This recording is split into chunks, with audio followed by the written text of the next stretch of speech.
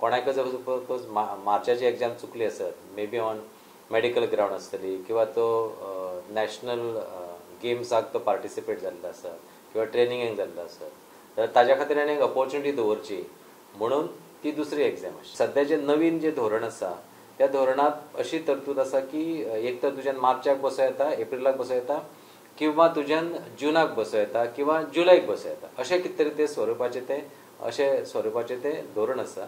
जे धोरण हे फक्त रिकमेंडेशन आसा म्हणजे बोर्डान ताचेर विचार विनिमय करून मागीर ताचेर योग्य तो निर्णय घेवचो आसा. म्हणजे सर थोड्या भुरग्यां अशें दिसता की बाबा एका वर्सान 2 बोर्ड एग्जाम तशें कांय ना एकूच आसतली बोर्ड एग्जाम सध्या तरी हय म्हाज्या म्हायती प्रमाणे सध्या तरी तसो विचार ना आसा हें आसा प्रोविजन आसा.